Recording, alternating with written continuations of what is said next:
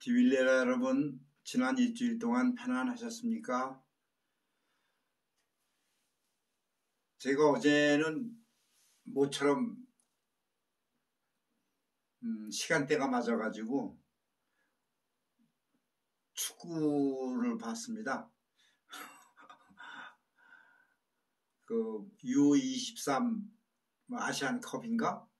올림픽 예선전인가 본데 중국하고 했는데 참 축구를 보면서도 참 이 징크스라는 거 이게 참 무서운 거로구나 이런 생각이 들더라고요. 어제 경기는 솔직히 우리가 거의 진 경기였거든요. 뭐 공한증이라는 거 있잖아요.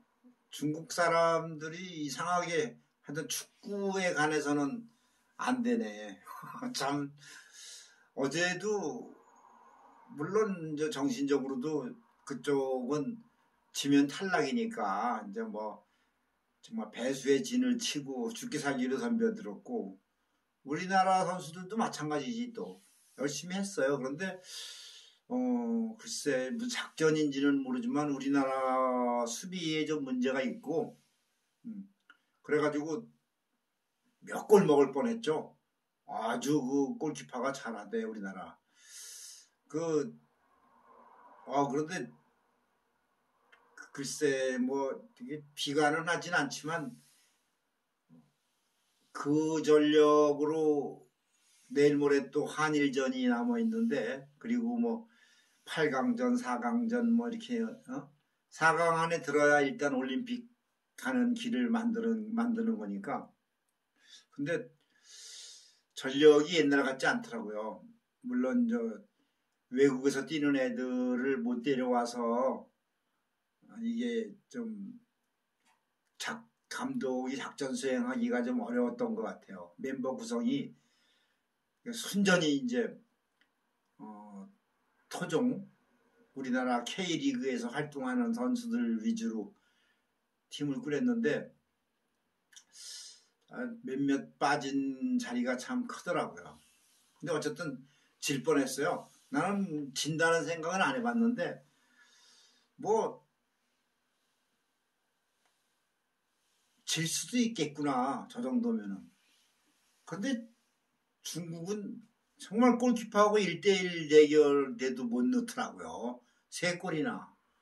그런 거 보면은 마무리 부족이라고 그럼 옛날에 우리나라 축구가 그랬잖아요. 그런데 뭐 그거 말고도 참 공한증이라는 그 징크스를 못 깨는 것 같아요.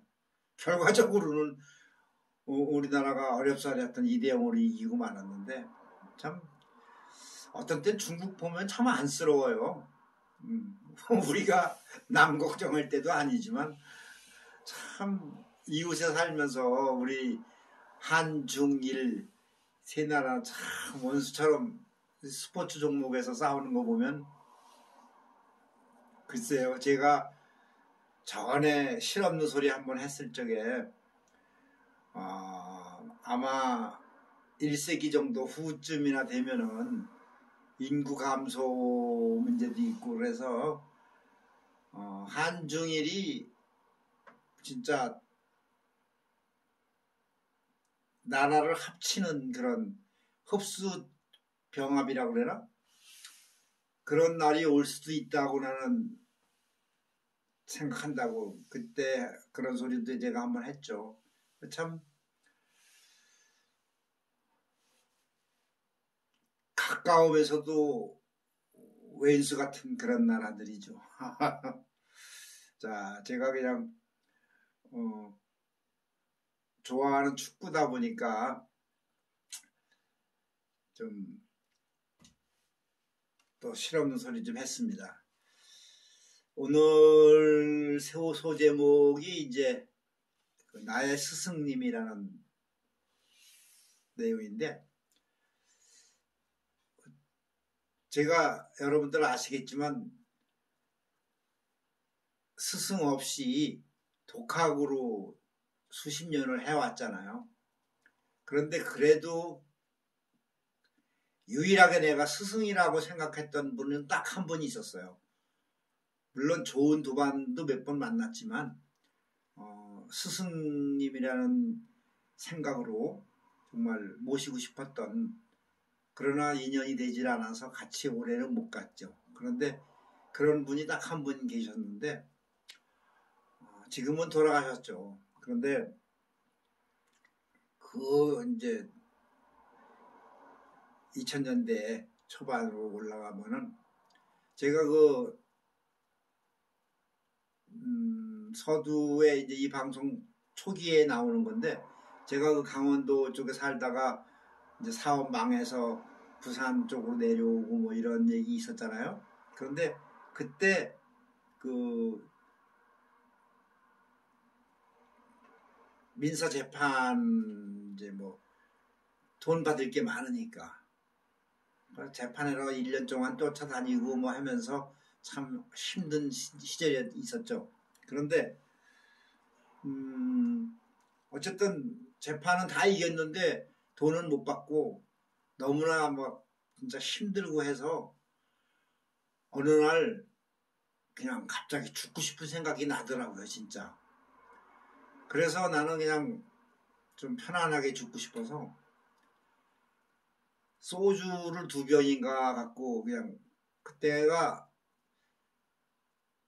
초봄이었던 것 늦겨울이나 뭐 그 정도 된 것 같은데, 그래 이제 경북 깊은 산 어디에 이제 제가 들어가서 그냥 깡소주를 빈속에 먹었어요. 한 병인가 마셨는데 더 못 먹겠더라고. 나는 거기서 그냥 그 양지 바른 그 소나무 밑에서 누워서 그대로 얼어 죽으려고 생각을 했던 거야. 이 술 한잔 먹고 그냥 골아 떨어져서 그냥 가려고. 그런데 그게 참 죽는 것도 마음대로 안 되는지 하여튼 누가 흔들어 깨우고 막 따귀까지 때리고 막 하더라고. 그래서 이제 깼는데 결과적으로 이제 어떻게 된 거냐면은, 우리 그 제가 말씀드리는 그 스승님이라는 그분이 아주 기인이었어요. 산속에서 정말 일반인들이 모르는, 정말 우리나라에서 알려지지 않은 그런 숨은 기인이었어요. 대단하신 분이어서 능력이 초능력이나 이런 것까지 하면은. 근데 어쨌든 그분이 이제 지나가다가 나를 보고, 이제 그분 토굴이 그쪽에 있었던 거야. 난 몰랐지. 근데 그래서 이제 벌써 느낌이 이상하니까 와서 이제 깨운 건데, 그래서 결국은 일어났어요. 살았지. 그래 이제 어찌어찌 얘기하고 이제 그 양반 따라서 그냥 토굴로 올라갔는데, 가서 또 잠이 들었던 것 같아요. 어쨌든 뭐 한 이틀을 잔 것 같은데, 정신 좀 차리고 나니까 뭐 시락국인가 뭐 하여튼 된장국하고 밥하고 조금 주시면서 이제 뭐 이 얘기 저 얘기 이제 물어보시더라고. 근데 이거 보통 분이 아니라는 게 감이 딱 오잖아. 그래서 솔직하게 얘기했어요. 내가 이래저래 해서 지금 도저히 이제 뭐 그냥 살 의욕도 안 생기고, 그래서 조용히 산에서 얼어 죽으려고 왔었습니다. 솔직하게 얘기했어요. 웃고 그냥 아직 죽을 때가 안 된 사람 같은데 이러면서 그냥, 어쨌든 그게 인연이 돼가지고 그분하고 이제 산중 생활을 좀 하게 됐어요. 근데 뭐 정말 그냥 산에서 된장 한 덩어리에 뭐 시래기 좀 넣고 그냥 국 끓여서 밥 한 끼 먹는 게 하루에 2끼 그런 식으로 먹던데, 정말 대단하신 분이었었어요. 근데 내가 거기서 이제 좀 느끼는 바가 오더라고. 그런데 그분 밑에서 이제 공부한 건 따로 없었어요. 그냥 구경만 하고 이제 왔다 갔다. 그런데 어느 날 그분이 나한테 그러시더라고. 그 배낭 속에 뭐가 들었나 그러더라고. 그래서 내가 애지중지 모시고 있던 그 배낭 속에는 사실 그 민사재판에서 승소한 그 판결문이 들어있었어요. 그게 이제 5건이죠. 그러니까 돈으로 따지면 꽤 됐어요. 그걸 다 받으면. 결국 한 푼도 못 받았지만. 내가 내로 설명을 했어요. 이렇게 해서 지금 제가 이래저래 해서 재판을 해가지고 지금 판결문만 갖고 있습니다. 그랬더니 나한테 딱 한마디 하시는 게 자네는 그걸 태워버려야 살 거네. 그러시더라고. 처음엔 뭐 이게 말도 안 되는 소리죠. 난 나의 그 유일한 희망이었잖아요. 그거 돈 받아야 되는 거. 돈 받아서 다시 사업을 해야 되는데. 근데 말도 안 되는 소리인데 잘 생각해 보시게. 하여튼 한 이틀 내가 끙끙 앓았어요. 그거 생각하면서. 근데 뭐 그때는 내가 기도하고 그러는 것도 뭐 그러지도 않았을 그 옛날이니까. 근데 꿈인지 생신지 하여튼 뭔가가 감이 오더라고. 이틀인가 되고서 제가 갑자기 결심을 하게 되더라고. 좀 쉬었다가 또 이어서 할게요.